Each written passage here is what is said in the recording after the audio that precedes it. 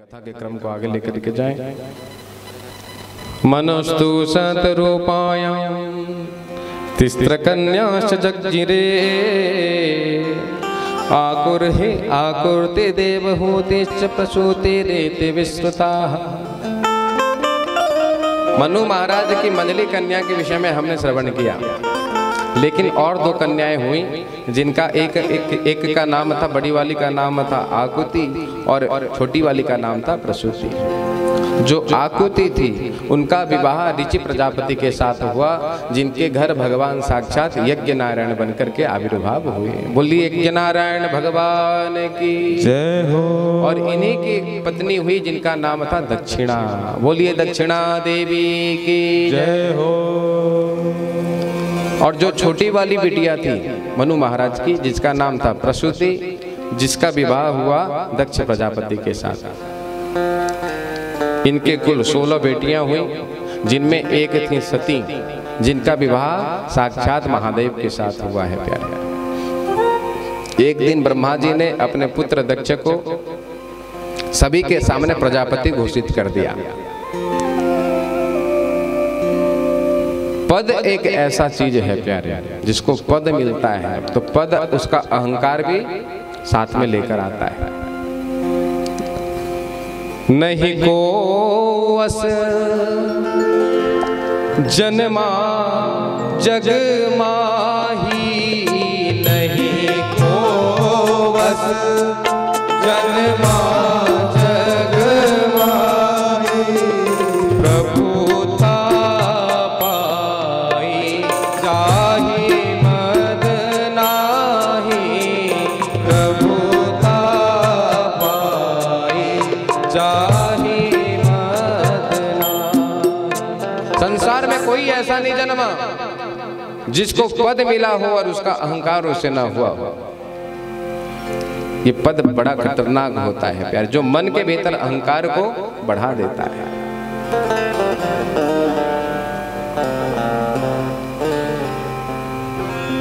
तो जब ब्रह्मा जी ने दक्ष को प्रजापति घोषित कर दिया, प्रजापति का पद दे दिया, दक्ष इतना अहंकारी हो गया। एक दिन स्वागत समारोह रखा गया। दक्ष ने जैसे ही उस स्वागत समारोह में प्रवेश किया, सारे देवता खड़े होकर दक्ष का अभिवादन करने लगे। दक्ष सभी को खड़े होता देख सीना ताने छाती फूल गया महाराज दक्ष का गर्व से कि मैं इतना बड़ा हो गया कि सारे देवता मेरे सामने हाथ जोड़े खड़े हुए हैं। लेकिन जैसे ही दक्ष ने नजर घुमाई तो क्या देखा, 3 देवता खड़े नहीं हुए। कौन? ब्रह्मा, विष्णु, महेश। अब भगवान नारायण और ब्रह्मा जी को देखकर कुछ बोल नहीं सकता, लेकिन जैसे ही भगवान शंकर को देखा तो चिढ़ गया। अरे भैया, ये 2 खड़े नहीं हुए तो सो नहीं हुए, लेकिन ये तो मेरा जमाता है, मेरा दामाद है, इसे तो खड़े होना चाहिए। इतना आग बबूला हो गया महाराज कि सीधे सिंहासन पर बैठते ही दक्ष ने घोषणा कर दी कि श्रूयताम ब्रह्मचर्यो में सहदेवा सहाग्नयः साधु नाम व्रतो वृत्तम नज्ञानान्न चिन्मस्तरात्। अरे वो सभासद में बैठे हुए सब सज्जनों, विशिष्ट सभाओं में विशिष्ट लोगों का ही स्थान होना चाहिए। कोई असद व्यक्ति को, असभ्य व्यक्ति को कोई स्थान नहीं देना चाहिए। अब सारे एक दूसरे को देखने लगे कि भैया यहाँ तो सब सभ्य हैं, असभ्य कौन है? तो दक्ष चिढ़कर बोला, एक दूसरे के मुंह को क्या देखते हो? ये शंकर नहीं दिख रहा? कैसा असभ्य है, ना पहनने का ढंग पता है, ना रहने का ढंग पता है, ना बात करने का ढंग पता है। देखो कैसा वेशभूषा बना लिया, इधर से सांप लटका लिए, उधर से भुजंग की माला, उधर से बागंबर उड़े और चिता भस्म का लेपन। ये कोई तरीका होता है? खूब अपमानित करने लगा। देखो प्यारे, मेरा शंकर, मेरा भोले कैसा है, जिसे कोई ना अपनाए संसार में उसे मेरा महादेव अपनाता है। जब संसार आपको ठुकरा दे, एक एक कर हर कोई साथ छोड़ दे, तो फिर आप महादेव के शरण में जाओ। अब समझ जाओ कि मेरे महादेव का बुलावा हो गया, इसीलिए कोई मुझे अपना नहीं रहा।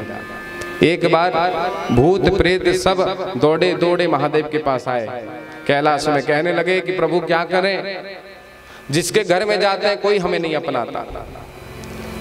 घर घर में जाते हैं तो आपके यहाँ क्या बोलते हैं? बैगा। बैगा बुला बुला करके बोतल के भीतर भर के जमीन के भीतर गाड़ देते हैं, प्रेम से कहेंगे राधे राधे। और हम बेचारे भीतर भटकते रहते हैं, कोई उद्धार करने वाला नहीं है। क्या करें? महादेव कहने लगे एक काम करो, सभी भूत प्रेत मेरे कैलाश में आ जाओ, मेरे घर बहुत बड़ा घर है, खूब कमरे हैं, खूब मौज से रहना। तो पूरी दुनिया के भूत आप देखो कैलाश पर्वत में मिलेंगे, इसलिए भूतनाथ नाम हुआ।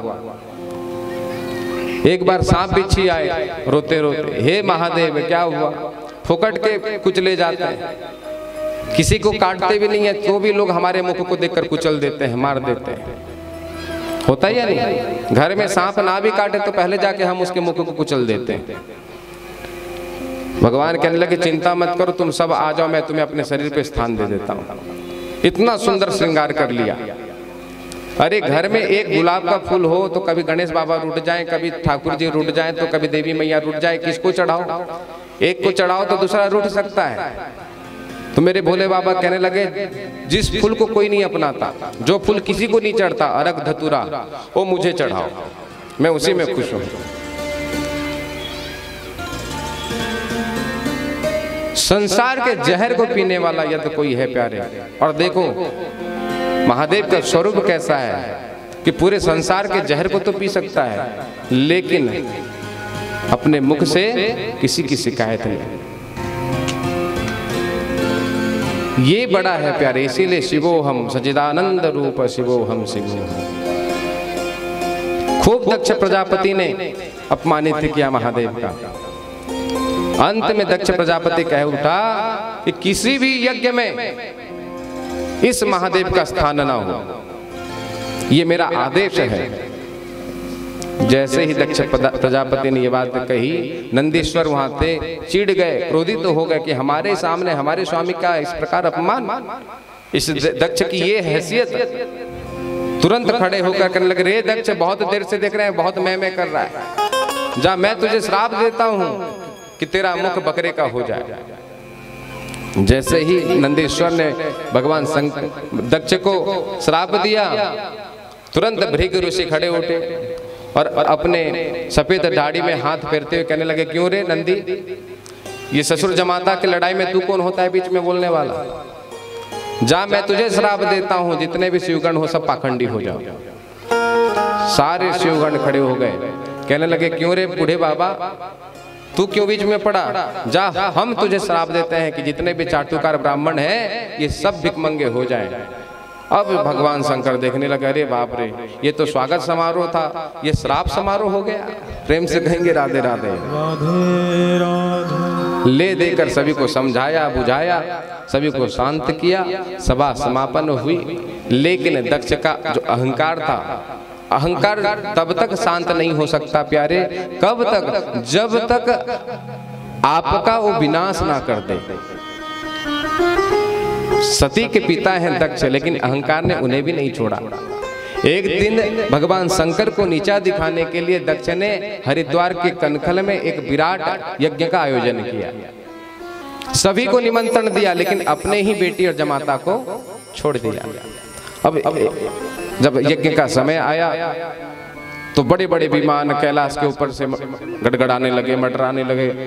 अब मैया सती ऊपर बार बार देखे कि भैया अभी तो मकर संक्रांति भी नहीं है, कुंभ भी नहीं लगने वाला है, तो फिर ये विमान सारे कहाँ जा रहे हैं?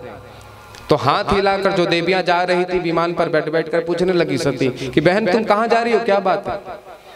तब ऊपर से देवियों ने जवाब दिया कि अरे बहन तुझे नहीं पता, अरे तेरे मायके में ही इतना बड़ा यज्ञ हो रहा है और तुझे ही खबर नहीं है। सती मैया को सख्त धक्का लगा। मायके पे कोई कार्यक्रम हो और यदि बेटी को ही खबर ना हो तो फिर बेटी को कैसे लगेगा? तो आकर खूब भगवान शंकर को अनुनय करने लगी कि हे स्वामी आपकी इजाजत हो, क्योंकि पता है कि भगवान शंकर रूठे हुए हैं, जाएंगे नहीं। तो खूब अनुग्रह करते हैं कि स्वामी आपकी इजाजत हो तो क्या मैं मायके जाऊं, यज्ञ का आयोजन है। भगवान शंकर समझाने लगे, देखो सती, यद्यपि मित्र प्रभु पितु गुरु के यहाँ जाय या बिनु बोले न संदेह। मित्र के यहाँ, भगवान के घर, गुरु के घर और पिता के घर, यहाँ निमंत्रण की अपेक्षा नहीं रखनी चाहिए प्यारे। कार्यक्रम हो रहा है, निमंत्रण ना भी आए तो आप जा सकते हो, लेकिन तदपि विरोध मान जहाँ कोई, तहाँ गए कल्याण न हो। लेकिन अपने पिता का भी घर क्यों ना हो, और यदि आपको पता है कि आपके जाने से वहाँ विवाद होगा, आपको कोई स्वीकार नहीं करेंगे, आपकी अवहेलना करेंगे, आपकी बेइज्जती करेंगे, तो फिर वहाँ कभी भी नहीं जाना चाहिए। समझाया, लेकिन सती कैसे समझती, मायके का कार्यक्रम था, सती ने समझा नहीं। देखो, भक्त का परिचय है, जो भगवान के भक्त होते हैं ना, सीधा सीधा हिसाब है क्या, तब तक समझाओ, समझ गए तो ठीक है, अगर फिर भी ना समझे तो सीधा एक सूत्र, क्या, होई ही सोई जो राम रचि राखा, को कर तरक बढ़ावे साखा। बच्चों को खूब समझाओ महाराज, लेकिन जब समझ में आ जाए कि बच्चा समझेगा नहीं, तो फिर भगवान के ऊपर छोड़ दो कि हे प्रभु अब तेरी इच्छा, जैसा तू करवा। अब उनके पीछे जबरदस्ती सर पटकने का कोई काम नहीं। अब सती गई, और फिर प्रसंग ऐसा आता है कि सती ने भगवान शंकर का अपमान देखा, इतनी क्रोधित हुई। सती को लग रहा था कि ससुर जमाता में थोड़ा विवाद हो गया है, मैं बेटी हूँ, पापा को जानती हूँ, जाके समझा दूंगी। लेकिन जैसे ही दक्ष का व्यवहार देखा, सती अपने क्रोधाग्नि में जल गई, अपने शरीर को ही त्याग दिया महाराज। भगवान शंकर को पता लगा, भगवान शंकर ने अपने भ्रिकुटी से वीरभद्र को प्रकट किया। वीरभद्र जाकर पूरे यज्ञ को तहस नहस करके आ गया। यही सती अगले जन्म में भीमबान पुत्री पार्वती बनी, जिन्होंने खूब तप किया, और तप करने के बाद आज भगवान शंकर को अपने वर के रूप में प्राप्त किया। भगवान शंकर आज वर के रूप में आए, सुंदर श्रृंगार किया है। देखो, दूल्हे राजा जब श्रृंगार करते हैं ना, तो चाहे कैसा भी काला कलूटा आदमी है, लेकिन अपने शादी वाले दिन कम से कम उसे ऐसा लगता है कि भैया आज तो राजा बन जाऊं। हाँ? और दूल्हे और जो और देखो कितना सुंदर श्रृंगार करके, मुकुट वगैरह पहन करके बढ़िया सुंदर सवारी में बैठकर आते हैं दूल्हे राजा। अब भगवान शंकर ने श्रृंगार किया। शिव ही शंभुगण करहि सिंगारा, शिव ही शंभुगण करहि सिंगारा, जटा मुकुट अहि मोरु सवारा, जटा मुकुट अहि मोरु सवारा, शशि ललाट सुंदर सिर गंगा,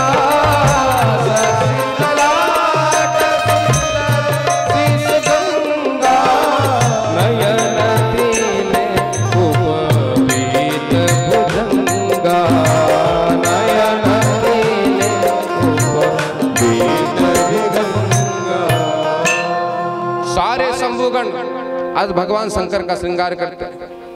किससे? फेस वॉश लगाना है, फेस पैक मिले क्या, चिता भस्म को ले आए, बढ़िया पाउडर के जैसा लगा दिया। मुकुट किसका बनाया? जो जटा थे उसको ही ऐसा सुंदर बना दिया कि मुकुट जैसा। यज्ञोपवीत बड़े से नाग सांप को ले आए, भुजंगा, उसे ही गले में डाल लिया भगवान ने, बन गया यज्ञोपवीत। कंगन किसकी पहने? छोटे मोटे सांप इधर उधर जा रहे थे, पकड़ लिया, हाथ में घुमा लिया, बन गया कंगन। ओढ़े क्या? बाघंबर था, उसको ही लपेट लिया। अब इनके स्वरूप को देखकर भगवान नारायण खूब हंसे। ऐसे स्वरूप में जाएंगे तो भैया शादी हो ना हो, पानी एक गिलास पूछने वाला भी कोई नहीं होगा, शंका है। तो भगवान नारायण ने सारे देवताओं को बुला के सचेत कर दिया, देखो भैया विवाह आदि होता रहेगा, पहले पंगत लगेगी, पहले जाएंगे खूब भोजन करेंगे, उसके बाद जो होना होगा सो होगा। भाई इनके स्वरूप को देखकर हो सकता है हिम भगवान का उद्देश्य बदल जाए। भगवान नारायण हाथ जोड़कर कहने लगे, प्रभु आज तो बढ़िया आप मेरी सवारी ले लो, गरुड़ जी को मस्त बैठना, बढ़िया सुंदर हवाई जहाज की सवारी आपकी हो जाएगी, अच्छा भी लगेगा थोड़ा। भगवान शंकर कहते हैं नहीं नहीं नहीं, जीवन पर्यंत मेरा सवारी ये बूढ़ा बैल हुआ और आज इतने खास दिन पर मैं इसे त्याग दूं? सवारी पर बैठूंगा तो बूढ़े बैल पे ही बैठूंगा। देखो खुद का अगर कार भी 10-12 साल पुराना होना तो लोग शादी वाले दिन दूसरे की कार मांगकर चमचमाती कार को बढ़िया सुंदर सजाकर उसमें बैठकर जाते हैं। भोले बाबा कहने लगे आज हम हमारी सवारी बदलने वाले नहीं हैं। और बूढ़े बैल पर बैठे, वो भी उल्टा, बैल के पीछे तरफ मुंह करके बैठे, सामने तरफ से देखो तो पूरा पीठ नजर आ रहा है। और अपने जैसे ही बारात निकली, भगवान नारायण विचार करने लगे कि प्रभु मैंने जीवन पर्यंत आपको अपनी लीला दिखाई है, आज मैं आपकी लीला देखना चाहता हूँ। तो सारे देवताओं को इंगित किया, अरे ओ देवताओं सब एक कोने हो जाओ, मेरे साथ आ जाओ। इनके साथ रहोगे तो हो सकता है डंडा बरस जाए, कोई गारंटी नहीं कहाँ का अवधूत आ गया बराती बन करके। अब सारे देवता नारायण के पीछे पीछे चले गए। अब 2-4 नंदीगण थे और उसके साथ भगवान शंकर उल्टे बैठे हुए हैं और बैल उल्टा चल रहा है। भगवान शंकर देखा रे बारात में नाचने वाला कोई नहीं दिख रहा। नंदी को याद किया, नंदी तुरंत बुलाओ मेरे जितने भी भूतगण हैं सभी को। नंदी ने जैसे ही आवाज लगाई, पूरे विश्व के जितने भूत प्रेत पिशाच जितने थे सब तरह तरह के भूत आ गए। कोई बिना सिर का तो कोई बिना धड़ का, किसके इतने हाथ हैं कि गन नहीं सकते तो किसका हाथ ही नहीं है। कोई लंदन से भूत आया गोरे वाला तो कोई अफ्रीका वाला एकदम काला कलूटा। भूतों की कमी थोड़ी है, जनसंख्या उधर भी बढ़ती चली जा रही है। प्रेम से कहेंगे राधे राधे राधे राधे। सब भूत आए। अरे बारात में कौन भूतों को याद करता है, लेकिन मेरे भोले बाबा ने आज पहले बार निमंत्रण दिया है कि भैया आओ मेरे बारात में चलो। आज खूब मौका मिला, पहली बार मौका मिला भूत बनने के बाद कि चलो बारात में खूब लुत्फ उठाएंगे, खूब नाचेंगे, खूब गाएंगे। खूब नाचते नचाते आए। हिममान जी को पता नहीं कि क्या होने वाला है। हिममान जी ने 2 समितियां बनाई। एक समिति स्वागत करने के लिए सवारी पर बैठकर चली आई और दूसरी समिति जो थी ये तमाशा देखने वाली समिति कि क्या तमाशा होगा। अब स्वागत करने वाले आ ही रहे हैं, इससे पहले तमाशा देखने वाले खड़े हो गए। जैसे ही नजर घुमाया भगवान विष्णु को देखा तो भगवान के विष्णु के रूप को देखकर ही सब रिझ गए। कहने लगे कि यही दूल्हा है और ये इनके साथ जो देवतागण हैं यही बराती हैं थोड़े मोड़े। भगवान विष्णु ने इशारा किया कि भैया हम कोई दूल्हा नहीं है, ये कोई बराती नहीं है, हम भी तुम्हारी तरह तमाशा ही देखने आए हैं। असल दूल्हा तो उधर है। जो शिव जी की जमात की ओर इशारा किया, जैसे ही शिव जी की ओर देखा, जितने तमाशा देखने वाले थे कुछ तो वहीं मूर्छित हो गए, कुछ तो प्राण बचा के भागने लगे। जितनी सवारियों में बैठकर आए हुए थे स्वागत करने वाले, सवारियां बेचारी उल्टे पैर भागने लगी। हाथी गिर पड़ा तो उठ नहीं सकता, उठ जाऊंगा तो न जाने क्या हो जाएगा। कुछ घोड़े तो गिर पड़े, बेचारे धूर तक झरा नहीं पा रहे, इतना कांप रहे हैं। दौड़ते भागते सब भाग गए। और सबसे अधिक विडंबना तो तब हुई जब उन बरातियों में से बिना सिर वाला बराती आकर पूछता है कि भैया ठहरने का इंतजाम कहाँ है। बिना सिर का भूत। अब ये स्वागत करने वाले हाथ जोड़कर कहते हैं भैया तुम्हें कौन ठहरा सकता है, तुम तो जहां चाहे वहां ठहर जाओ। प्रेम से कहेंगे राधे राधे राधे राधे। ये जो छोटे छोटे बालक थे जो प्राण को हाथ में लिए दौड़े, घर को गए, कबाड़ को तुरंत बंद किया। माँ बाबूजी पूछने लगे कि बेटा दूल्हा कैसा दिखता है, बारात कैसा है। ये बेचारे बच्चे कांपते हुए कहने लगे पूछो मत, नाम भी मत लो, एक भी बराती तुम्हारे घर में आ गया तुम कहीं के नहीं रहोगे, घर छोड़कर भागना पड़ेगा। अरे बाप रे बाप, बिकट बिकट भूत प्रेत, बिकट बिकट सांप। अरे बाप रे बाप, बिकट बिकट भूत प्रेत, बिकट बिकट। अरे बाप रे बाप, बिकट बिकट भूत प्रेत, बिकट बिकट सांप। अरे बाप रे बाप, बिकट बिकट भूत प्रेत, बिकट बिकट।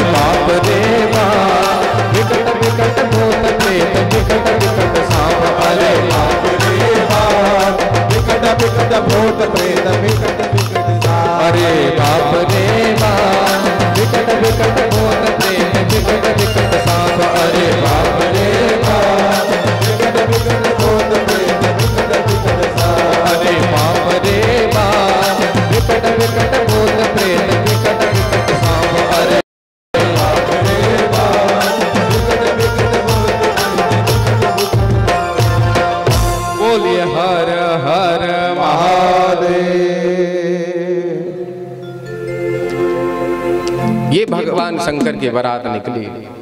बारात आई, मैना ने देखकर मना कर दिया कि मैं इस अवधूत को अपनी बेटी को नहीं ब्याहूंगी। नारद बाबा आकर खूब समझाया कि आपके मना करने से कुछ होने वाला नहीं है। ये जगत के स्वामी हैं, जगत के पिता हैं, और आपकी पुत्री पार्वती है, जगत की माता है, जगदम्बा है। इन दोनों शिव और शक्ति को एक होते कोई नहीं रुक सकता। समझ गई। सुंदर लग्न में भगवान शंकर ने माँ पार्वती का पाणी ग्रहण स्वीकार किया। और इस प्रकार अब कथा के क्रम को आगे लेकर जाएं। कथा बहुत है। ये बेटियों का चरित्र आया। भगवान मनु के एक पुत्र हुए, नाम हुआ उत्तानपाद, जिनकी दो पत्नियां थीं। नाम था सुरुचि और सुनीति। देखो, जन्म से हम सभी उत्तानपाद हैं, क्योंकि हम भी मनुपुत्र हैं। उत्तानपाद किसे कहा जाता है? जिसका सर नीचे पैर ऊपर, उसे उत्तानपाद कहा जाता है। तो हम सभी भी माँ के गर्भ में उल्टा ही झूलते रहते हैं कि? तो जन्म से हम सभी उत्तानपाद हैं, और जन्म से हमारी दो पत्नी हैं। कौन? एक है सुरुचि, एक है सुनीति। सुनीति माने नीति अनुसार चलने वाला, बुद्धि अनुसार चलने वाली, और सुरुचि माने मन के अनुसार, इच्छा के अनुसार। तो दो पत्नियां हमारी भी हैं, एक बुद्धिमानी, दूसरी है मनमानी। लेकिन जिस प्रकार उत्तानपाद ने सुनीति को ठुकराकर सुरुचि की दासता को स्वीकार कर लिया, उस प्रकार हम भी बुद्धिमानी को ठुकराकर मनमानी की दासता को स्वीकार कर लेते हैं। इसी से हमारी विडंबना होती है। लेकिन पुत्र हुआ तो किसके घर हुआ? ध्रुव जी महाराज आए तो किसके घर आए? बोले सुनीति के घर। बुद्धिमानी से जब आप काम करोगे तो फल स्वरूप में ध्रुव जैसा पुत्र मिलेगा प्यारे। मनमानी छोड़कर इसलिए बुद्धिमानी पर चलो। एक दिन मैया ने सुंदर कंघी चोटी करके ध्रुव जी महाराज को अपने पिताजी के पास भेजा। पिताजी ने अपने पुत्र को उठाकर अपने गोद पर बैठाया, और उसी समय जब सुरुचि मैया ने देखा, इतनी क्रोधित तो हुई कि तुरंत ध्रुव जी के हाथ को पकड़कर नीचे खींच दिया। खबरदार, जो तूने इस सिंहासन पर बैठा था, ध्रुव जी बेचारे छोटे से 5 वर्ष के हाथ जोड़कर पूछने लगे कि माँ, क्या मैं इस सिंहासन पर पिताजी के गोद पर बैठने के लिए अधिकृत नहीं हूं? सुरुचि कहती है नहीं। क्यों? सुरुचि कहती है यदि तुझे अधिकृत होना है तो तुझे एक काम करना पड़ेगा। कौन सा काम? तपस्याराध्य पुरुष तैशेवानुग्रहेण में गर्भे तुम साधे आत्मानं यदि इच्छसि नृपासनम्।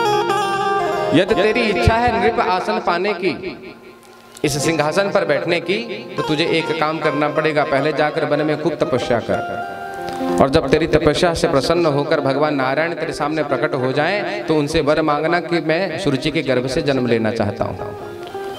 और जब तेरा जन्म भगवान के वरदान से मेरे गर्भ से होगा, तब तू इस आसन पे बैठने के लिए अधिकृत होगा। देखो सुरुचि का कितना बड़ा अहंकार है कि सुरुचि अपने गर्भ को भगवान के आशीर्वाद से भी बढ़कर मानती है। रोते रोते ध्रुव जी अपनी माता सुनीति के पास आए, सारा वृत्तांत तो सुनाया। मैया गदगद हो गई। देखो सुनीति का स्वभाव कैसा है। सुनीति कहती है बेटा, इसमें रोने वाली क्या बात है? एक मैं अभागिन हूं जिसने तुझे अपने पिता से नहीं जोड़ पाई, और एक सुरुचि तेरी मैया है जिसने तुझे जगत पिता से जोड़ दिया। कितना सही बात कहा उसने। बेटा अब तू मत चुक, अब तो तू जंगल में जा और खूब उस नारायण भगवान का ध्यान कर, तप कर। और एक बात बता दूं बेटा, उस भगवान ने यदि तुझे पद दे दिया तो फिर किसी का सामर्थ्य नहीं कि तुझे उस पद से नीचे उतार सके। ध्रुव जी पूछने लगे कि मैया वो भगवान मिलेंगे कहाँ, हैं कहाँ, कहाँ ढूंढूंगा? तब सुनीति कहती कि बेटा वो कहाँ नहीं है, भगवान तो घट वासी है।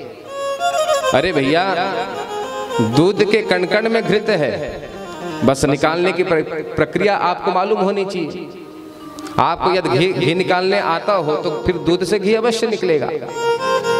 उसी प्रकार भगवान भी संसार के कण-कण में व्याप्त है, केवल हमको उस प्रक्रिया पे जाना है। माँ से आदेश लेकर आज ध्रुव जी निकल पड़े, और जाकर के आज जैसे ही जंगल में इधर उधर विचर रहे थे, नारद बाबा की भेंट हो गई। नारद बाबा ने देखा छोटा सा बालक ध्रुव, पूछने लगे कि बेटा इतने 5 वर्ष की तुम्हारी उम्र है, इतने छोटे से उम्र में कहाँ भटक रहे हो जंगल पर? तब ध्रुव कहने लगे कि हे गुरुदेव, मेरा नाम ध्रुव है, और सारा वृत्तांत सुनाया कि कैसे मैया ने मेरा अपमान किया, इसलिए उस नारायण भगवान के दर्शन के लिए तड़प रहा हूँ। आप मुझे कोई गुरु ज्ञान दें। नारद बाबा देखने लगे, इतना छोटा सा बालक और इसका इतना बड़ा संकल्प, थोड़ा परीक्षा तो ले लें। देखो गुरु वही होता है जो आपको मंत्र देने से पहले थोड़ी आप में योग्यताओं को भी देखे कि आपके भीतर क्या योग्यता है उसके मंत्र को धारण करने की। तो नारद बाबा ने पहले परीक्षा लिया, कहने लगे देखो बेटा, तुम्हारे से बड़े बड़े हजारों वर्ष तक बैठकर तपस्या करने के बाद भी उस भगवान को नहीं पा पाए। अभी तो तुम्हारी खेलने कूदने की उम्र है, तुम बढ़िया घर में जाओ और खूब खेल कूद करो, समय आएगा तब आकर तपस्या कर लेना। ध्रुव जी कहते हैं बाबा आपकी बात बहुत अच्छी लगी, अमृत के समान है, लेकिन कोई दोहनी लेकर गाय दूहे तो फिर क्या दूध उसमें टिक सकता है? उसी प्रकार माँ के वचनों से मेरा मन भी छलनी हो गया है, अब मेरे मन में आपका बात नहीं टिक सकता।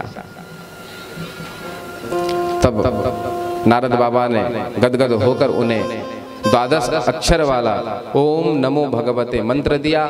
बेटा इस मंत्र को पकड़ लो, इसी मंत्र से तुम्हें नारायण मिल जाएंगे। मधुबन में जाकर के मथुरा पर आज ध्रुव जी महाराज ने सुंदर इस मंत्र का जाप किया। 5 वर्ष के ध्रुव जी 5 महीने तक केवल प्राणायाम ऐसा खींचा और ऐसा व्रत किया कि 5 महीने के भीतर पूरे संसार को हिला डाला। अंत में इंद्र आदि देवता सब दौड़े गए भगवान नारायण के पास। सभी ने विनती करके हे प्रभु आप ध्रुव जी को जाकर दर्शन दे, अन्यथा ये पूरा संसार डूब जाएगा। भगवान नारायण आज गरुड़ पर आरूढ़ होकर अपने ध्रुव के दर्शन करने के लिए, भक्त के दर्शन करने के लिए आ रहे हैं। और आज जैसे ही भगवान नारायण आकर ध्रुव के सामने उपस्थित हुए, बाहर से खूब आवाज लगाई कि बेटा ध्रुव मैं आ गया। लेकिन ध्रुव जी अपने हृदय पर जो छवि प्रकट हुई है, दिव्य छटा प्रकट हुई है भगवान की, इसे देखकर ऐसे पागल हो चुके हैं कि बाहर के संसार का होश ही नहीं है। भगवान को समझ में आया, जो मन मंदिर में छटा प्रकट हुई थी उसे जैसे ही भगवान ने उभान किया, मिट गया। तो ध्रुव जी ने जैसे ही चकित होकर आंख खोला तो जो छटा, जो छवि मन के भीतर थी, वही छवि आज बाहर है। जैसे ही चतुर्भुजधारी नारायण का दर्शन किया, ध्रुव जी महाराज गदगद हो गए, हाथ जोड़े हैं, लेकिन बस यही विचार कर रहे हैं कि नारद बाबा ने भगवान को पाने का मंत्र तो दिया था, लेकिन जब भगवान सम्मुख उपस्थित हो जाए तो फिर मैं किस मंत्र से उनकी स्तुति करूं, ये नहीं बताया। भगवान समझ गए, अपने शंख को लेकर ध्रुव जी के कपोल पर स्पर्श कराया।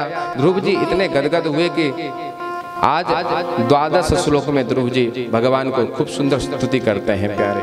मूकं करोति वाचालं पंगुं लंघयते गिरिं।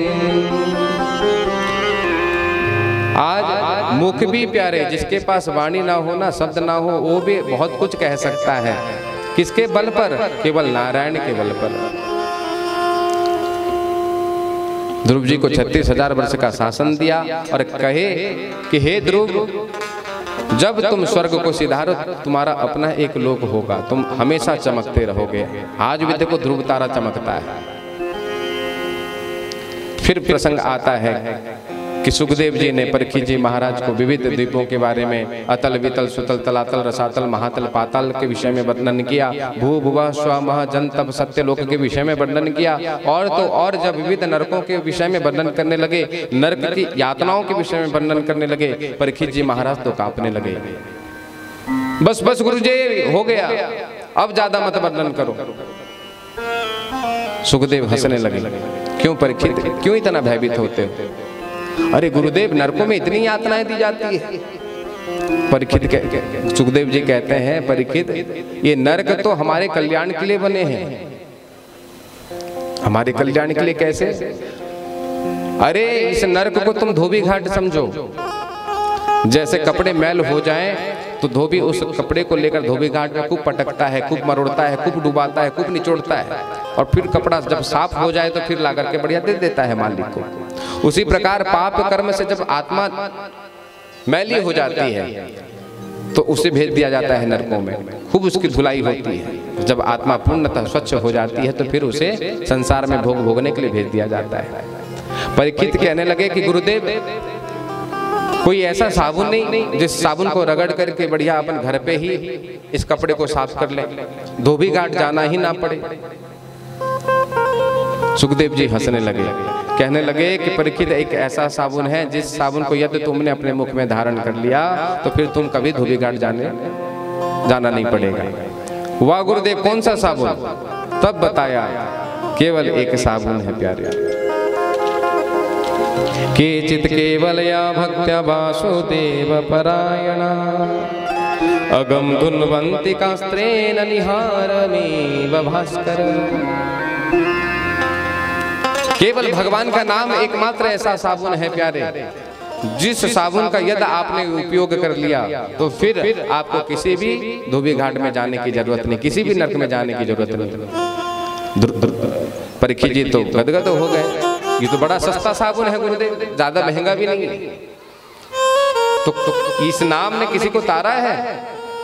तब दृष्टांत दिया। हाँ परीक्षित, एक बहुत पापी आदमी था, नाम था अजामिल, कानकुब्ज ब्राह्मण था, कन्नौज में रहता था, वेदाध्यायी था, माता पिता का सेवा करने वाला था, पत्नी भी थी। लेकिन एक दिन जब यज्ञ के लिए समिधा बिनने के लिए जंगल को गया तो वहां एक शूद्र को काम क्रीड़ा में एक वेश्या के साथ रत होते देखा, और जैसे ही इस छवि को देखा इसका मन मलिन हो गया, बुद्धि बिगड़ गई। तो घर द्वार सब छोड़कर आज अजामिल उसी वेश्या के साथ काम क्रीड़ा में रत रहने लगा, सबको छोड़ दिया एक वेश्या के लिए। एक दिन संत की मंडली आई और संतों के कहने पर इसने अपने सबसे छोटे बालक का नाम नारायण रख दिया। अब बातों बातों में ही नारायण इधर आओ, नारायण उठो, नारायण बैठो, नारायण भोजन करो, बस नारायण नारायण नारायण। ऐसी स्थिति हो गई कि अंत समय भी जब यमदूत काले कलुटे इसे लेने के लिए आए, बिस्तर पर पड़ा हुआ था अंत समय अपने बालक को देखते हुए चिल्लाने लगा, नारायण मेरी रक्षा करो, नारायण मेरी रक्षा करो, नारायण मेरी रक्षा करो। और जैसे ही इसके मुख से निकल पड़ा अंत समय नारायण मेरी रक्षा करो, उसी समय भगवान के 4 पार्षद आकर वहां उपस्थित हो गए। यमदूतों को मार धक्का भगा दिया, भागो यहां से, तुम्हारी हिम्मत कैसे हुई इस अजामिल को छूने की? देखा नहीं इसने हमारे प्रभु को याद किया है अंतिम समय में? बेचारे यमदूत दौड़ते भागते खड़े आकर यमराज जी से कहा कि प्रभु अब हम आपकी नौकरी नहीं करेंगे। अजामिल जैसे पापियों को हरने के लिए आप भेजते हो और उधर से विष्णु भगवान के दूत आकर हमें धक्का मारकर भगा देते हैं। यमराज जी पूछने लगे क्यों, ऐसा क्यों हुआ? तब सारा वृत्तांत सुनाया कि अंतिम समय में अजामिल अपने पुत्र नारायण को पुकार रहा था और विष्णु दूत आकर हमें भगा दिए। जैसे ही नारायण नारायण करने लगे तो यमराज जी आकर यमदूत के मुखकोप में हाथ रख दिया, अरे खबरदार, यहाँ पे जो तुमने नारायण का नाम लिया था, अरे ये यमपुरी है, यहाँ दुनिया भर के एक से बढ़कर एक पापी रहते हैं, और यदि तुमने यहाँ नारायण का नाम ले लिया तो हो सकता है जिसके कान में ये शब्द पड़ जाए यहीं से सीधा विष्णु लोक चला जाएगा। प्रेम से कहेंगे राधे राधे।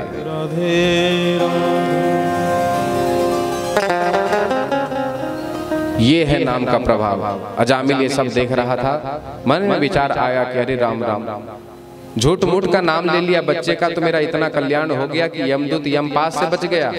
यदि सच में मैं भक्ति पूर्वक होकर भगवान का नाम लेता तो न जाने ये नाम मेरा कितना कल्याण करता। तो आज बड़े भाव से अजामिल भगवान को याद करने लगा। आइए हम सभी भगवान को याद करें। कृष्ण कहने से तर जाएगा, पार भव से उतर जाएगा। कृष्ण कहने से तर जाएगा, पार भव से उतर जाएगा। कृष्ण कहने से तर जाएगा, पार भव से उतर जाएगा।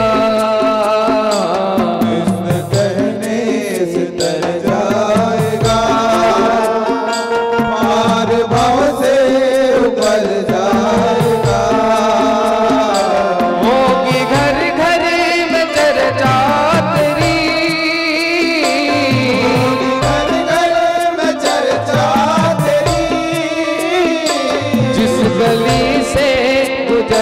जाएगा, पार भव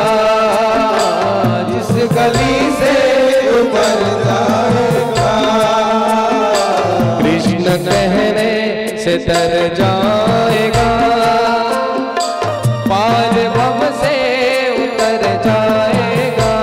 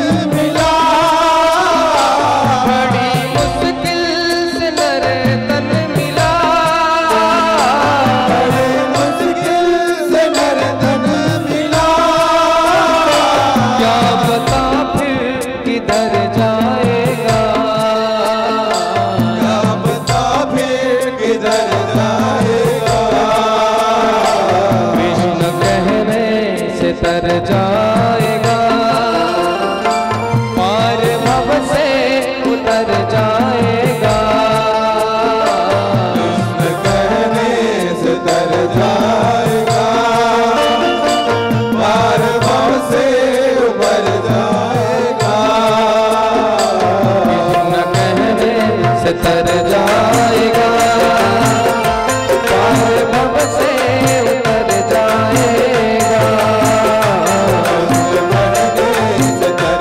जाएगा, पार भव से उतर जाएगा, पार भव से उतर जाएगा, पार भव से उतर जाएगा। प्रेम से कहना पड़ेगा और एक बार। राधे राधे। अब परखी जी ने पूछा कि गुरुदेव, भगवान का एक नाम समदर्शी है, लेकिन हम हमेशा देखते हैं कि भगवान केवल दैत्यों को मारते रहते हैं और देवताओं की रक्षा करते हैं, तो फिर भगवान समदर्शी कैसे हुए? तब सुखदेव जी ने बड़ी सुंदर प्रहलाद जी के चरित्र के विषय में समझाया। अरे परीक्षित, प्रहलाद जी भी तो दैत्य वंश के थे, असुर थे, राक्षस थे, लेकिन जो प्रेम प्रहलाद जी को मिला, जो वात्सल्य प्रहलाद जी को मिली, ऐसा किसी को नहीं मिला। इसीलिए प्रहलाद जी को भक्त शिरोमणि कहा जाता है। प्यारे सुंदर गाथा सुनाया कि जब हिरण्याक्ष को भगवान ने बराह अवतार बन के मार दिया, हिरण्यकश्यप क्रोधित हो गया और क्रोधित होकर हिरण्यकश्यप जाकर मंदिराचल पर्वत पर 10,000 वर्ष तक तप करने लगा। इतना तप किया कि पूरे शरीर में दिमक लग गया। महाराज आज ब्रह्मा जी प्रसन्न होकर जब आविर्भाव हुए, बरमप्रियात बर मांग, क्या बर मांगना चाहता है? हिरण्यकश्यप कहने लगा, ना ऊपर से, ना नीचे से, ना दाएं से, ना बाएं से, ना घर में, ना बाहर में, ना दिन में, ना रात में, आपकी सृष्टि में किसी से ना मरूं, ऐसा वरदान दो। ब्रह्मा जी कहने लगे, वारे हिरण्यकश्यप, इतने सारे वर मांग लिए तूने, लेकिन तेरे जैसा तप भी आज तक किसी ने नहीं किया, सो जा, मैंने तुझे वर दिया। जैसे ही ब्रह्मा जी का वर मिला, इतना अहंकारी हो गया, चला दिग्विजय करने के लिए, त्रिभुवन को अपने हाथ में कर लिया। महाराज इंद्र आदि देवता हिरण्यकश्यप के घर नौकरी किया करते थे। इंद्र आकर झाड़ू लगा कर जाता था और वरुण देवता आकर पानी भर के जाते थे। इतना प्रादुर्भाव था हिरण्यकश्यप का, लेकिन इन्हीं का एक बालक हुआ, नाम हुआ प्रहलाद। अब प्रहलाद जी तो भगवान के बड़े भक्त। जैसे प्रहलाद जी को पढ़ाई के लिए संडामृग जी के यहाँ भेजा, एक दिन हिरण्यकश्यप घूमते घामते आ गया संडामृग जी के आश्रम में। प्रहलाद जी को अंक में लिया, गोद में उठाकर खूब दुलार किया और पूछने लगा कि रे प्रहलाद, बता पढ़ाई कैसी चल रही है? प्रहलाद जी कहने लगे, बड़ी जोरदार चल रही है पापा जी। अच्छा तो बता सबसे बढ़िया पाठ कौन सा है? तब प्रहलाद जी कहते हैं कि पिताजी सबसे बढ़िया बात तो एक ही है, क्या? कि बढ़िया जंगल में जाओ, एकांत में भगवान नाम का स्मरण करो, यही कल्याण कर सकता है। मूड खराब हो गया हिरण्यकश्यप का। अरे राम राम राम, ये कैसी शिक्षा इसने प्राप्त कर ली? कहने लगा, बेटा तुम तो खूब पढ़ गए, जाओ तुम्हारे गुरुजी को जरा हमारे पास भेजो। गुरुजी दौड़ते दौड़ते आए, महाराज की जय हो। खूब चमकाया हिरण्यकश्यप। अरे रहने दो, पूरे शिक्षा का भगवाकरण करके रख दिया तुमने। ये कोई तरीका होता है क्या? बाबा बैरागियों की जैसी बात करता है मेरा बालक, क्या सिखा करके रख दिया तुमने? बेचारे गुरुजी तो थर थर कांप के कहने लगे, महाराज ये तो हमने कुछ भी नहीं सिखाया, लगता है आपके शत्रु पक्ष की कोई चाल है, आपके शत्रुओं ने इसे सिखाया है। हाथ जोड़कर प्रार्थना करते हैं, महाराज अगली बार आपको शिकायत का कोई मौका नहीं देंगे। अब एकांत में जाकर गुरुजी प्रहलाद जी से पूछें कि बेटा प्रहलाद ये सब तुम्हें सिखाता कौन है? प्रहलाद जी कहते हैं कि गुरुदेव मेरी बात आपको बहुत अच्छी लगती है, लेकिन आपको मेरे पिताजी का भय है। क्रोधित हो गए संडामृग जी, नालायक कहीं के, बड़ी बड़ी बात करता है। खूब चमकाया। एक दिन ग्रीष्म काल में अवकाश में जब प्रहलाद जी अपने घर को आए, मैया सुंदर कंघी चोटी करके प्रहलाद जी को अपने पिताजी के पास भेजी।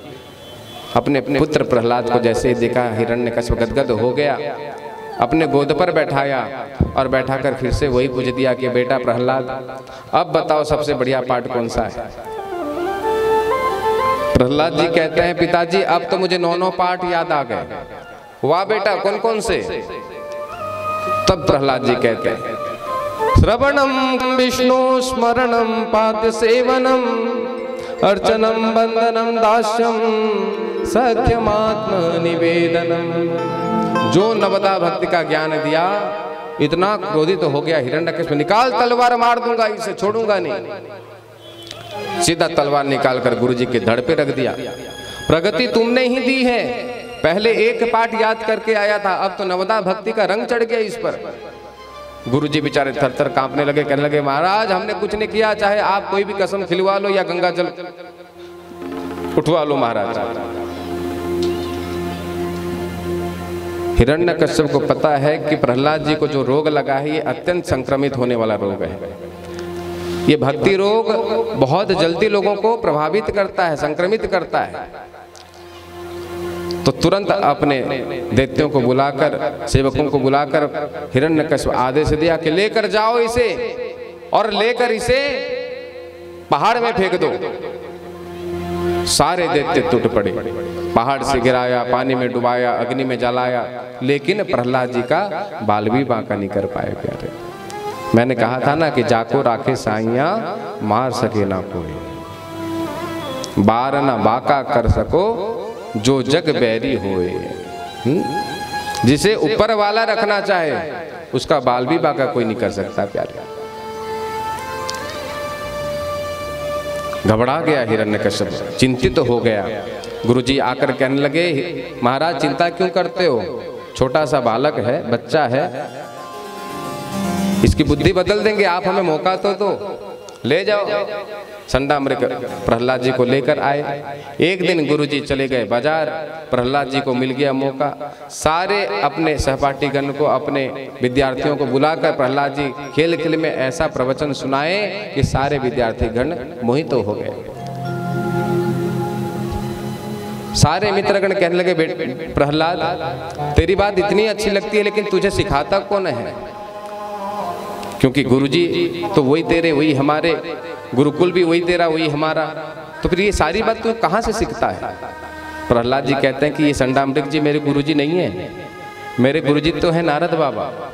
अरे वाह, नारद बाबा तेरे गुरु कब से बन गए? तब प्रहलाद जी ने बताया कि जब इंद्र मेरी माता का हरण करके लेकर जा रहा था, मैं उस समय माँ के गर्भ में था, तो नारद बाबा ने मेरी माँ की रक्षा करी, और तब नारद बाबा ने मेरी माँ को खूब सुंदर सुंदर भगवान के दिव्य गुण का गायन किया। मेरी माँ ने सुना, मेरी माँ के गर्भ में मैंने सुन लिया, और तब से मैंने नारद बाबा को अपना गुरु समझ लिया। सारे विद्यार्थीगण कहते हैं कि प्रहलाद तेरी बातें बहुत अच्छी लगती है, लेकिन तेरे पिताजी से डर लगता है। प्रहलाद कहने लगे मेरे पिताजी से डरते हो, लेकिन उस जगत पिता से नहीं डरते? अरे जिस जगत पिता ने आज तक मेरी रक्षा करी है, वही जगत पिता तुम्हारी रक्षा करेगा। आओ सब मिलकर उसके पुकारे।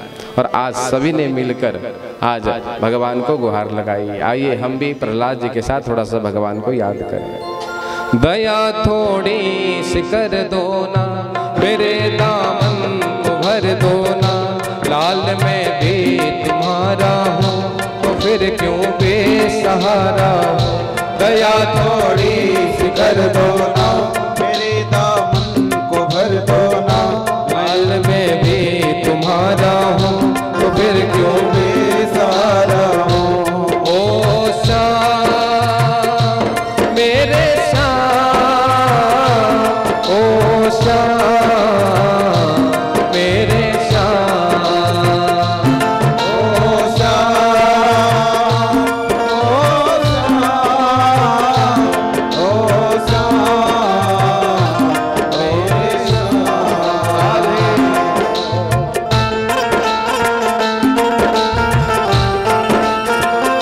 बोलिए प्रहलाद जी महाराज की।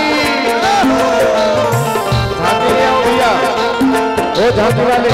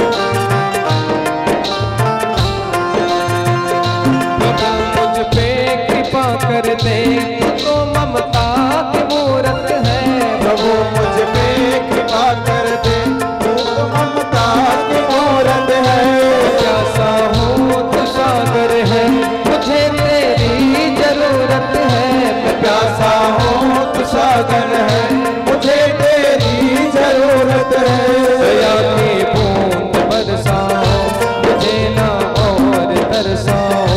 लाल मैं भी तुम्हारा हूँ, तो फिर क्यों बेसहारा हूँ। दया थोड़ी सी कर दो ना, मेरे दामन को भर दो ना। लाल मैं भी तुम्हारा हूँ, तो फिर क्यों बेसहारा हूँ। मेरे श्याम, मेरे श्याम, मेरे श्याम, मेरे श्याम, मेरे श्याम, मेरे श्याम, मेरे श्याम, मेरे श्याम।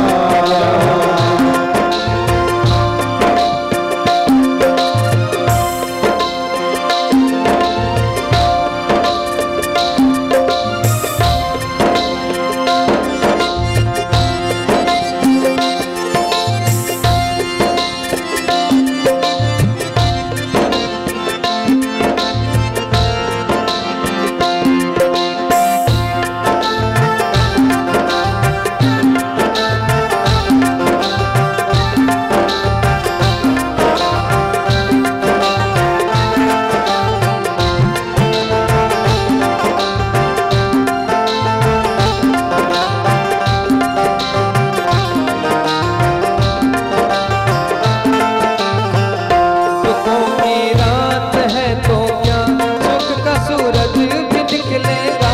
दुखों की रात है तो क्या सुख का सूरज भी निकलेगा। देख करके मेरे आंसू श्याम तेरा दिल पिघलेगा। देख करके मेरे आंसू श्याम तेरा दिल पिघलेगा। अलग पे जान है मेरी, दया का दान दे दो ना। काल मैं भी तुम्हारा हूँ, तो फिर क्यों बेसहारा हूँ। दया थोड़ी सी कर दो ना, मेरे दामन को भर दो ना। लाल मैं भी तुम्हारा हूँ, तो फिर क्यों बेसहारा हूँ। मेरे श्याम, हम ठाकर मेरे श्याम, मेरे श्याम, मेरे श्याम, मेरे श्याम, मेरे श्याम, मेरे श्याम, मेरे श्याम। मेरे श्याम,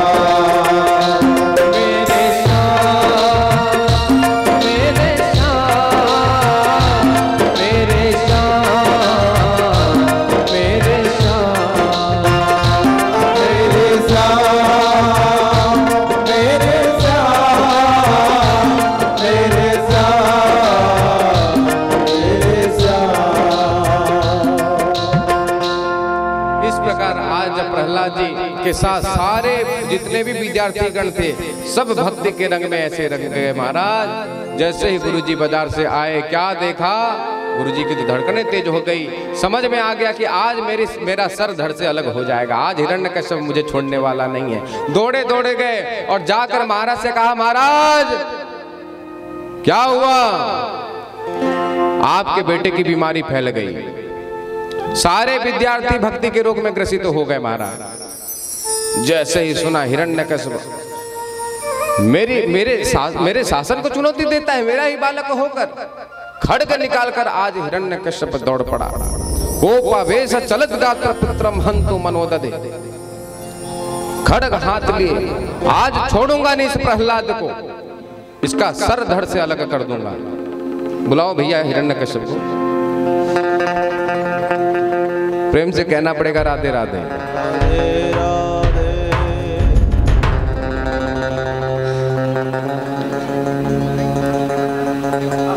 हिरण्यकश्यप आया, प्रहलाद को उठाकर पटका।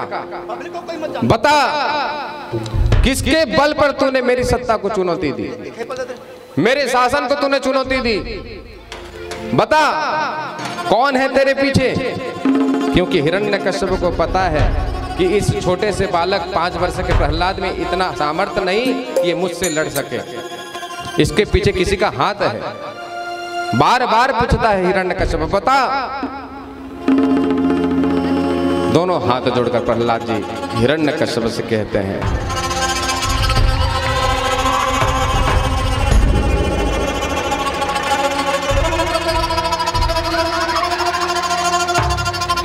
हाथ जोड़े हुए प्रहलाद जी हिरण्यकश्यप से कहते हैं, बलम बलिनाम चा परेशान परे वरे भी स्थिर जंगमाए ब्रह्मादयो न वंश प्रणीता।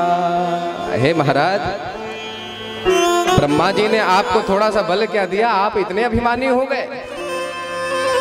अरे मेरे प्रभु तो ब्रह्मा जी को बल देने वाले हैं।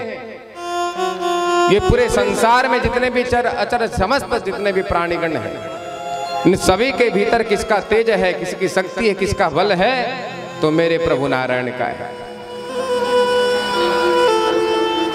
हिरण्यकश्यप क्रोधित हो गया। मदन्यो जगदीश्वर, मेरे अतिरिक्त संसार में कोई नारायण है, कोई ईश्वर है? बुला तेरे नारायण को। कहां है तेरा नारायण, कहां है तेरा ईश्वर? प्रहलाद जी कहते हैं कहां है? अरे ये पूछो कि वो कहां नहीं है। अरे माताओं थोड़ा बैठ जाओ, इतनी उत्सुकता है आपको हिरण्यकश्यप से मिलने की? हाँ, चुपचाप बैठ जाओ अपनी जगह पर, ध्यान से देखो।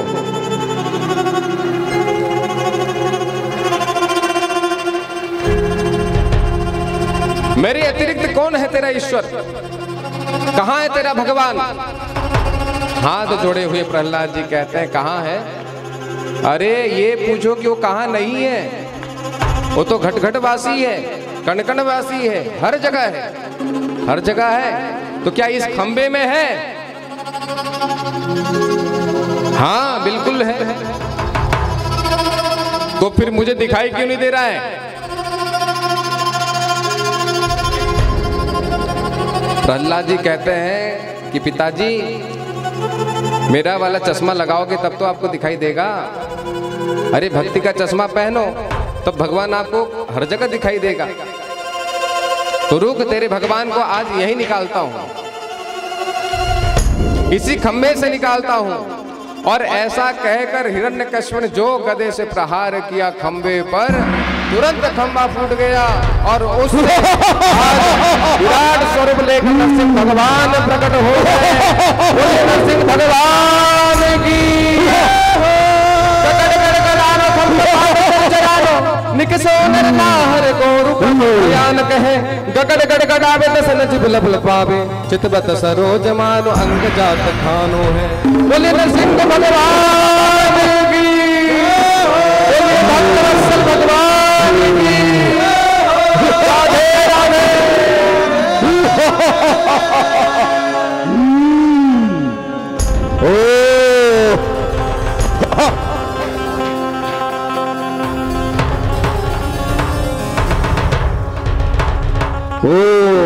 पहलवान, तूने अपने पिता का आज्ञा का पालन नहीं किया।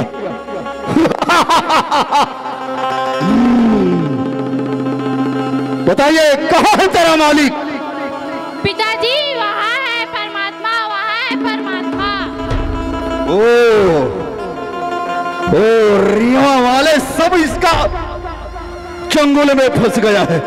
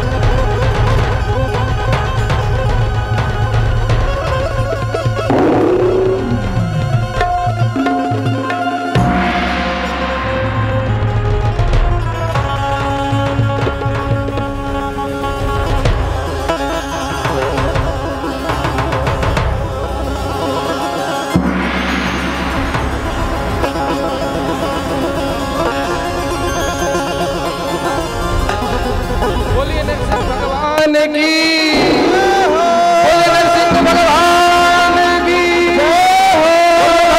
भगवान की। मैं कहता डंके की चोट पर,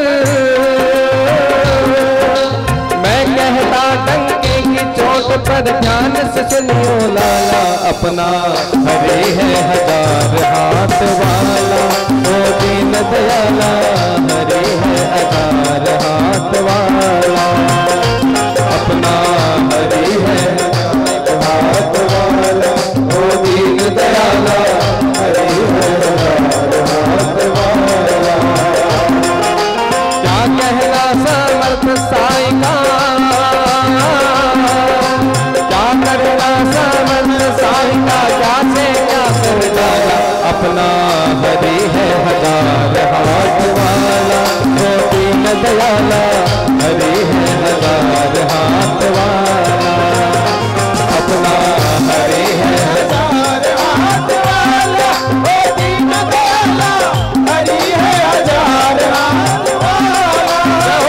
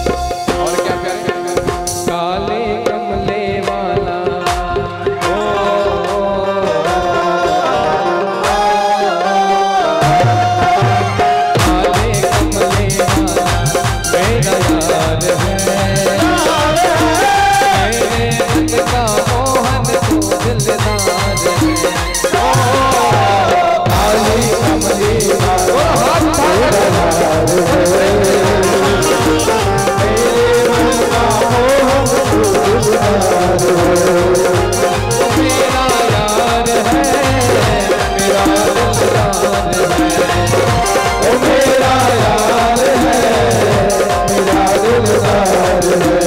ओए काले कमले वाला मेरा यार है,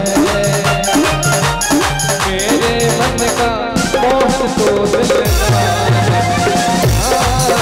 काली कमली वाला मेरा यार है।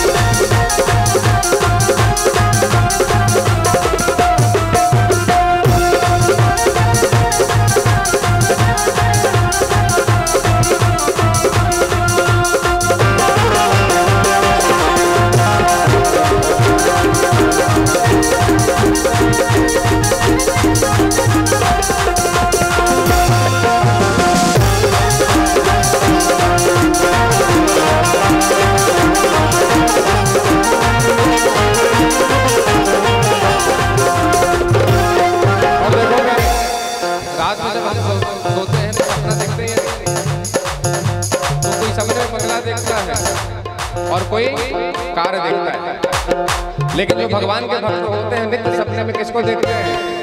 सपने में रात में आया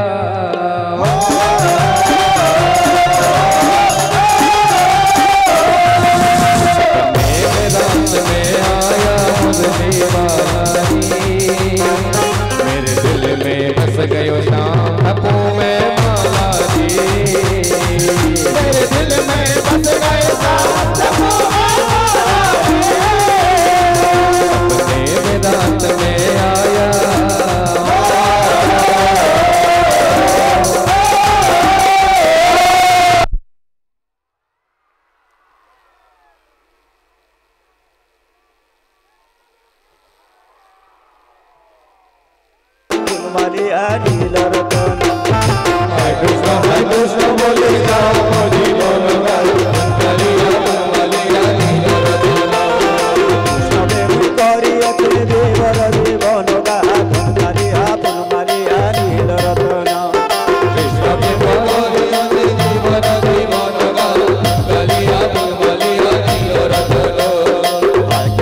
कृष्ण बोले जाओ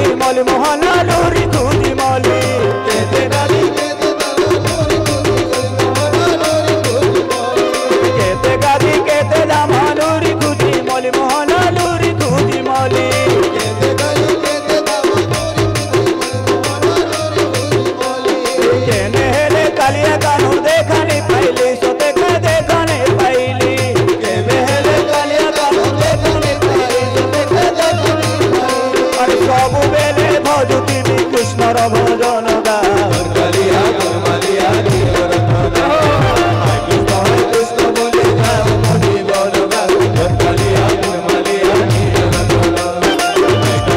करे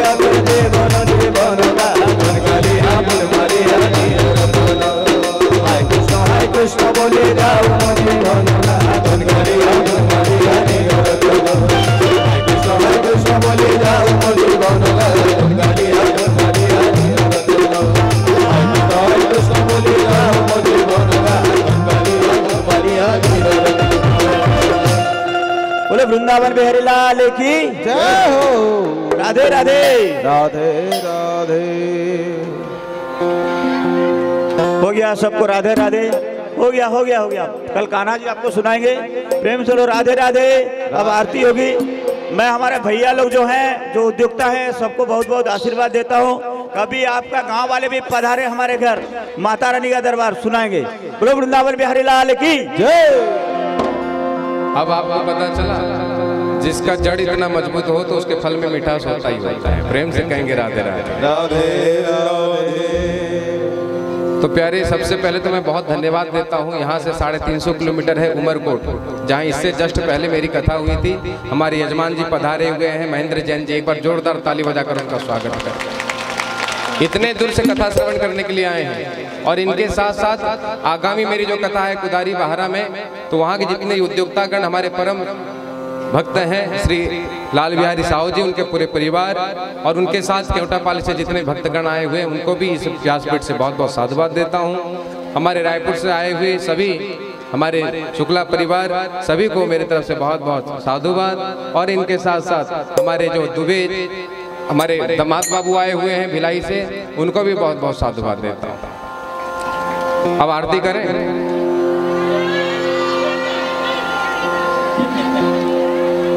राम जी की निकली सवारी, राम जी की लीला है प्यारी।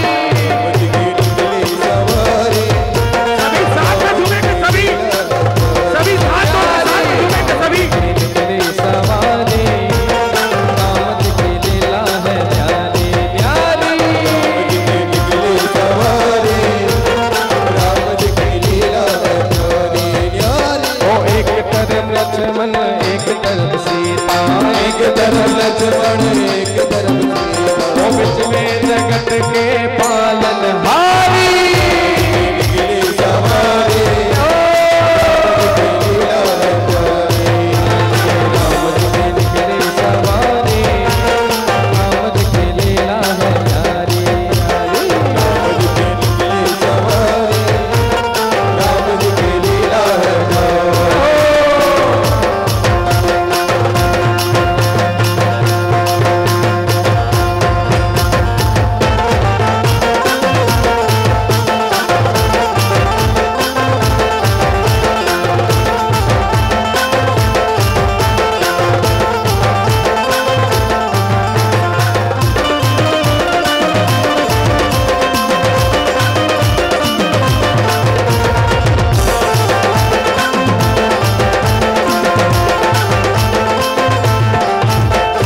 धीरे चला रथ को रथ वाले, मोहे खबर क्या ओ भोले भाले।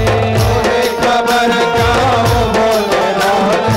एक बार देखे दिल ना भरेगा, 100 बार देखो फिर भी करेगा।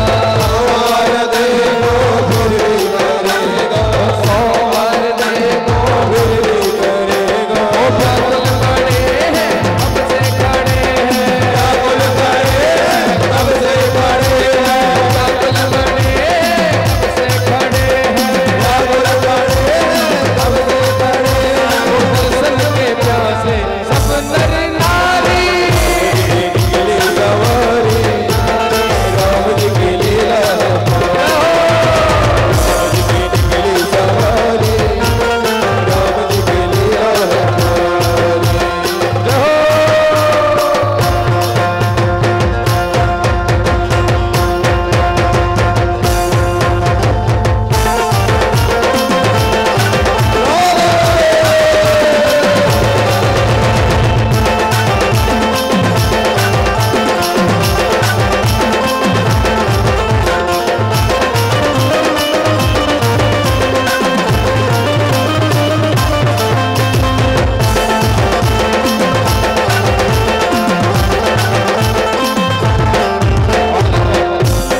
अब ठाकुर जी के पास क्या कहना है? वो लुट के ले गया दिल जीगर, लुट के ले गया दिल जीगर। सावरा जादूगर, लुट के ले गया दिल जीगर। सावरा जादूगर, मेरा सावरा, मेरा सावरा, मेरा सावरा, मेरा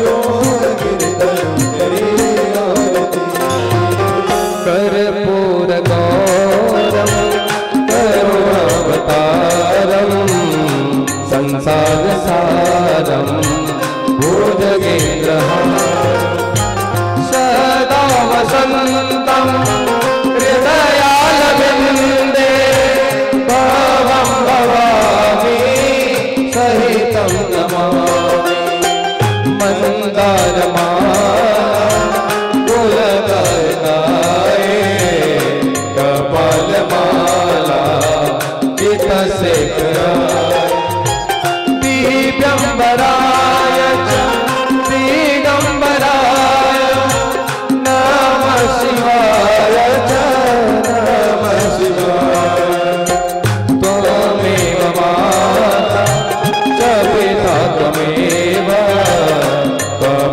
बन्धु च सखा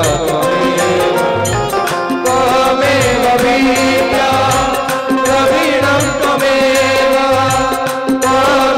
सर्वं मम देवदेव त्वमेव सर्वं मम देवदेव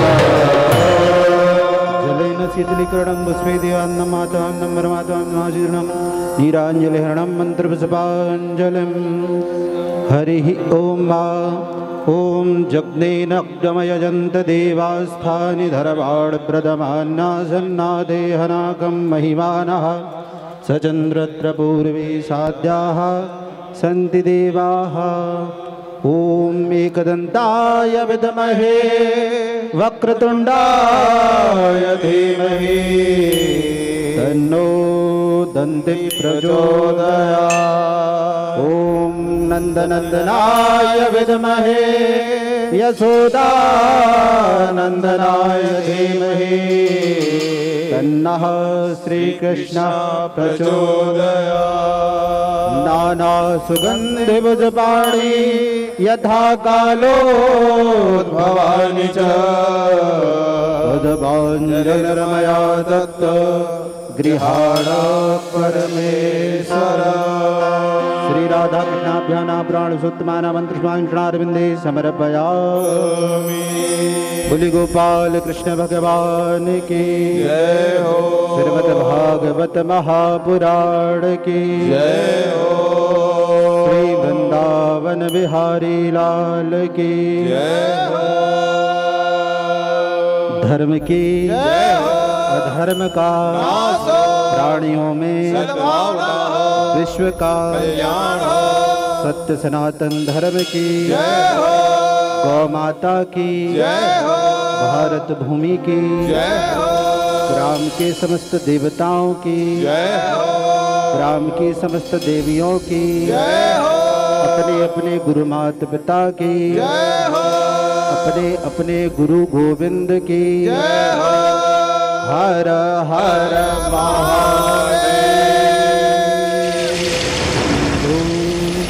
जय जय श्री राधे जय जय श्री राधे जय जय श्री राधे।